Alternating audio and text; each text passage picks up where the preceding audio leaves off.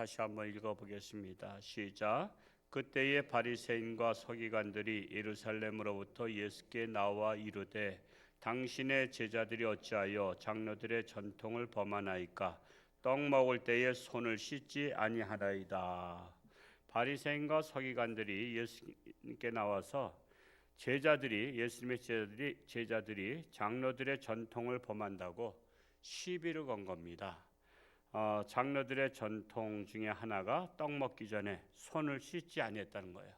손 안 씻었다고 시비를 건 거예요. 물론 손을 씻으면 깨끗하죠, 그렇죠? 근데 그게 시비를 걸 만한 일이냐라는 것입니다. 근데 이 사람은요, 미워하면 시비를 걸어요, 그렇죠? 여러분, 사랑한 사람한테 시비 안 걸죠. 사랑하면 그러려니 합니다. 근데 미워하면 시비를 걸어요. 그래서 누가 누구를 막 이렇게 흉보고 그러면 저 사람은 미워하는구나. 그러면 틀림없어요. 그러니까 마음에 사랑이 없으면 시비를 걸고 미워하고 흉을 봅니다. 사랑이 있으면 덮습니다. 사람은 누구나 흉, 허물이 다 있죠. 다 있습니다. 근데 미워하기 때문에 그렇게 시비를 거는 거예요. 우리나라 대통령 엄청 시비 걸죠. 뭐라 그래요? 내려오라 그러잖아요. 내려오라고. 그런데 왜 내려오라 할까요? 대통령을 못해서 내려오라 했나요? 그렇게 뭐 잘하는 것도 없지만 또 못하는 것도 없잖아요. 여러분 다 잘하길 바라지만 세계 대통령 한 200여 명 보면 잘하는 대통령이 많을까요? 못하는 대통령이 많을까요? 뭐 잘 모르겠습니다만 뭐 그렇게 잘한 사람 몇 사람 눈에 나타나지 않잖아요. 그러면 잘하지 못해도 세웠으면 해야 되잖아요. 근데 자꾸만 끌어내리려고 해요. 끌어내리려고. 그거 왜 그러죠? 미워하기 때문에 그런 거예요. 미워하기 때문에. 미워하면은 끌어내리려고 합니다. 미워하면은 시비를 겁니다. 바리새인과 이 서기관들이 예수님의 제자들이 떡 먹기 전에 손을 씻지 않은 것 때문에 시비를 건 것입니다. 자, 그러자 예수님께서 대답하시죠. 3절 읽어볼까요? 시작. 대답하여 이르시되 너희는 어찌하여 너희 전통으로 하나님의 계명을 범하느냐?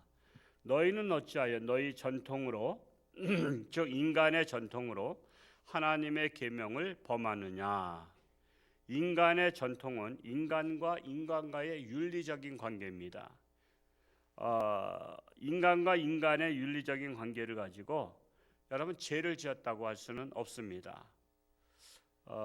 가령 명절날에 고향에 내려갔어요. 고향에 가서 동네 어르신 만나는데 인사를 안 했어. 그러면은 무례하죠, 그렇죠? 근데 무례하지만 그리고 결코 좋은 것을 바람직한 건 아니에요. 동네 어르신 만났는데 인사를 안 하면 무례하고 벌장머리 없지만 인사를 안 했다고 고발할 만한 사건은 아니죠. 여러분 이걸 잘 아셔야 돼요. 인사를 하지 말라는 게 아니에요. 인사를 안 하면은 누구 집 자식 무례하네, 버르장머리도 없네, 욕 먹을 일은 했어요. 그러나 그것이 고발당할 만한 사건은 아니라는 거예요. 그러니까 우리는 그 윤리적인 관계가 형사적인 관계가 되지는 않는다는 거예요. 죄를 진 건 아니에요. 그렇죠? 그것이 죄 졌다고 말할 수는 없어요. 그러나 바람직한 일은 아니다라는 것입니다. 자, 그러면서 예수님께서 하나님의 법에 대한 비유를 말씀하신 거예요. 그 4절 말씀을 우리 또 다 같이 읽어보겠습니다. 시작. 하나님이 이루셨을 때 내 부모를 공경하라 하시고 또 아버지나 어머니를 비방하는 자는 반드시 죽임을 당하리라 하셨거늘. 자, 예수님은 하나님의 말씀을 비유로 하시면서 신명기 5장 16절과 출애굽기 20장 12절에 보면 내 부모를 공경하라 했어요. 자, 하나님께서 공경하라는 것은 법이에요, 법이 아니에요? 이건 법입니다. 하나님의 명령은 법이에요. 그리고 또한 출애굽기 21장 17절과 레위기 20장 9절에는 아버지나 어머니를 비방하는 자는 반드시 죽임을 당하리라. 여러분 자식은요 부모를 비방하면 안 돼요. 자식은 부모를 비방한대. 얼마 전에 몇 달 전인가요?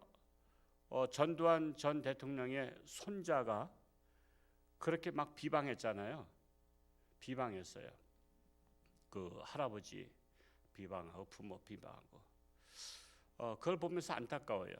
뭐 전두환 전 대통령이 잘했다는 것이 아니라 누구나 아무리 부모나 조상이 잘못했을지라도 집에서는 지지볶고 싸울 수 있어요. 그러나 밖에 나와서는 자기 부모나 자기 조상을 비방해서는 안 돼요. 자기가 거기에서 태어난 자란 말이에요. 그리고 자기의 DNA가 거기 같이 있다고. 그렇기 때문에 그거 잘났다고 자꾸만 그냥 매스컴에서 그렇게 되면요, 뭐가 생기냐면 앞으로 윤리가 없어져 버려요. 그리고 부모가 잘못하면 밖에 나서 떠들면 칭찬하고 그러면 그게 좋은 줄 알아. 그리고 자기가 의로운 줄 알아. 그러면 가정이 파괴되는 겁니다. 여러분, 그거 한 사건을 그것만 봐서는 안 돼요.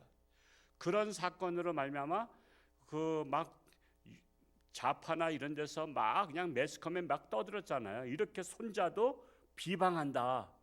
그걸 자랑처럼 그냥 매스컴에 냈지만 그로 말미암아 한국의 가정의 질서가 깨지는 거예요.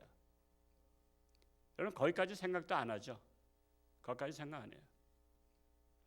아무리 부모가 잘못했을지라도 여러분, 밖에 나와서는 그것을 얘기하는 게 아니에요. 자기가 그 부모의 분신이기 때문에. 물론 속상하죠. 부모가 잘못하면 화가 나고 집에서는 대들 수도 있어. 아버지 그러시면 되냐고 말이야. 아버지 맨날 술 잡수고 그렇게 하시면 되냐고. 그러나 밖에 나와서 우리 아버지 개차반이라 그러면서 우리 아버지 술 잡수고 말이야 막 추태버렸다고 막 떠들면 그거는 자식된 도리에서 벗어났다는 거예요. 그래서 그의 손자의 말이 맞다 할지라도 그것은 있어서는 안 되고 그건 따끔하게 야단을 쳐야 되는 거예요. 이 사회가. 근데 거기에 막 장단을 맞춘다는 것은 그만큼 우리나라 가정 윤리가 붕괴되었다는 거예요. 그러니까 그런 것들을 막 매스컴에다 내고 여봐라 이 손자도 할아버지 비난한다 막 그런다면 자기네들도 잘못하면 손자들이 밖에 나가서 막 비난하고 돌아다녀 보세요. 그러면 그 가정이 바로 서겠는가? 우리는 그런 것까지도 생각해 봐야 된다는 것입니다. 그래서 하나님의 말씀, 너희들은 인간적인 윤리적인 문제, 전통보다 더 중요한 것은 하나님의 명령을 지키는 것이 더 중요하다 말씀하고 있는 거예요. 그러면서 예를 들어요. 5절 말씀을 읽어볼까요? 시작. 너희는 이르되 누구든지 아버지에게나 어머니에게 말하기를 내가 드려 유익하게 할 것이 하나님께 드림이 되었다 하기만 하면, 이게 고르반 제도라고 말씀하죠. 부모님께 드릴 것을 하나님께 드렸다. 부모를 공경할 것을 하나님을 공경했다 하면 죄가 없는 줄로 아는데 그게 아니다 이거예요. 하나님께서 부모를 공경하라 했잖아요. 공경하라고. 근데 부모 공경할 것을 내가 하나님 앞에 드렸으니까 하나님께서 다 용서하시리라, 이거 생각하면 안 된다는 것입니다. 하나님을 공경하고서 하나님을 공경하고 부모를 공경할 것은 부모에게 공경하라고 하는 것입니다.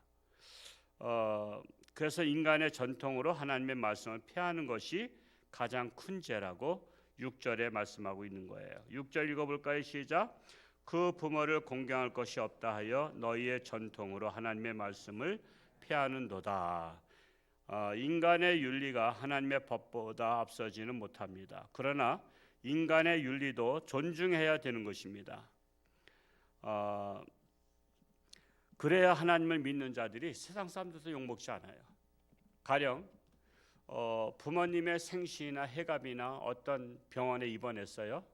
근데 나는 주의를 지켜야 된다고 찾아보지 않아. 그러니까 형제 중에서 믿지 않는 형제 있잖아요. 믿지 않는 형제는 다 왔어. 생신을 부모님의 은혜를 생각하며 왔어. 근데 한 형제는 나는 주일 성수에 대해서 안 가. 그리고 하나님 앞에 나 열심히 하면 하나님이 복 주실 거야. 이렇게 되면은 하나님도 민망하신 거고, 여러분 자녀들한테 하나님께서 뭐라 했어요? 내 부모를 공경하라 그랬는데 가지 않는 자세, 그것이 바로 욕먹을 짓을 하는 거예요. 그러니까 지혜로워야 돼요. 뱀같이 지혜롭고 비둘기같이 순결하라 한 것은 여러분 부모를 공경하면서 하나님을 잘 섬기는 그런 지혜를 발휘해야 되는 거예요. 자, 예를 들어서 난 주일을 꼭 교회에서 지켜야 된다. 그러나 뭐 어머니 생신이 수요일 날인데 뭐 주일날 뭐 모이기로 했다. 뭐 그럴 수밖에 없죠. 직장 생활하고 그러니까 대개 이제 토요일 날이나 주일 날도 모이잖아요. 그러니까 저는 먼저 찾아뵙겠다 해서 그 전 뭐 토요일 날이라든가 앞서서 뭐 따로 형제들도 만나면 좋지만 나 형 미안하다. 내가 교회에서 중차대한 사명을 맡은 게 있어서 먼저 찾아뵙겠다고. 그냥 먼저 찾아뵙고 선물을 드리고 부모에게 용돈도 드리고 그러고 오면은 누구 형제는 안 와? 왜 둘째는 왜 안 오는 거야? 그러면 어제 다녀갔어. 그리고 형제들한테 뭐 오는 길에 저 홍천에 뭐가 요즘 옥수수 나는 거 다 가져가라고 거의 한 50개씩 이렇게 봉지에 싸서 가져왔어. 하나씩들 갈 때 가져가. 그러면 욕할까 욕 안 할까? 우리 그렇게 지혜로우면 되잖아요.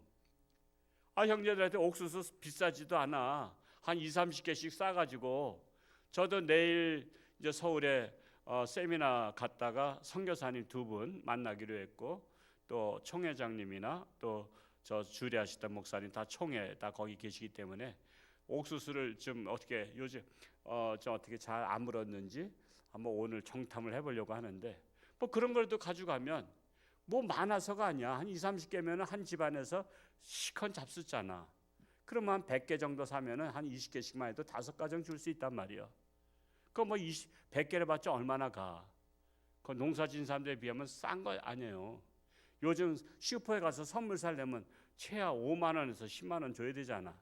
근데 옥수수 한 5-6만 원이면 100개 사가서 한 5분도 선물해 줄 수 있는데 그러니까 여러분 꼭 내가 주의를 지키고 내가 교사의 사명, 성가대 사명 뭐 때문에 안 간다. 그렇게 되면 욕은 바가지로 먹는 거잖아요.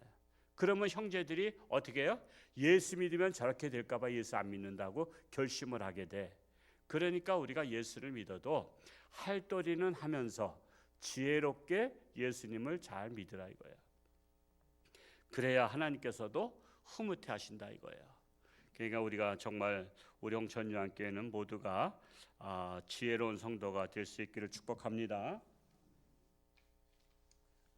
여기 앞에 주차장 이렇게 넓히는 공사 어떻게 좀 무슨 공사를 해요. 그래서 이쪽을 먼저 하고 이쪽을 또 나중에 할 건데 이쪽을 폐쇄했다가 이쪽을 열을 거예요. 그러다 보니까 어쩌냐에도 보니까 차가 꽉 찼어요. 그래서 우리 교회 분들도 가까운 데 계신 분들은 집에다 좀 불편하셔도 되시고 저녁 때 아침에 잠깐 이렇게 쇠사슬로 위에다 걸쳐 놓을 거예요. 그 잠근 건 아니에요.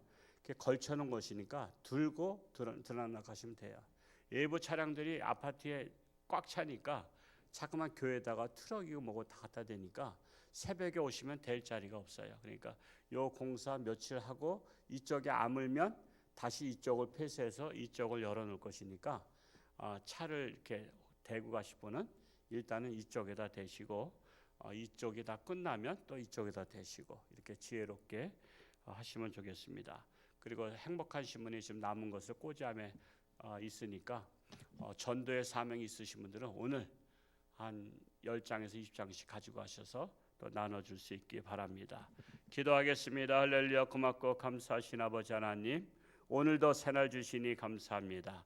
오늘도 복된 날 되게 하시고 하나님과 동행하며 지혜롭게 처신해서 어디를 가든지 칭찬받으며 인정받으며 사랑받는 하나님의 거룩한 백성들 되게 하여 주옵소서. 저들의 간절한 기도가 가정을 살리고 나라를 살리는 놀라운 축복의 역사가 일어나게 하여 주옵소서. 아이들 여러 가지 문제로 기도하고 있는 가정들마다 하나님 앞에 간절히 부짓고 기도할 때에 하나님께서 놀라운 축복으로 응답하실 줄로 믿습니다.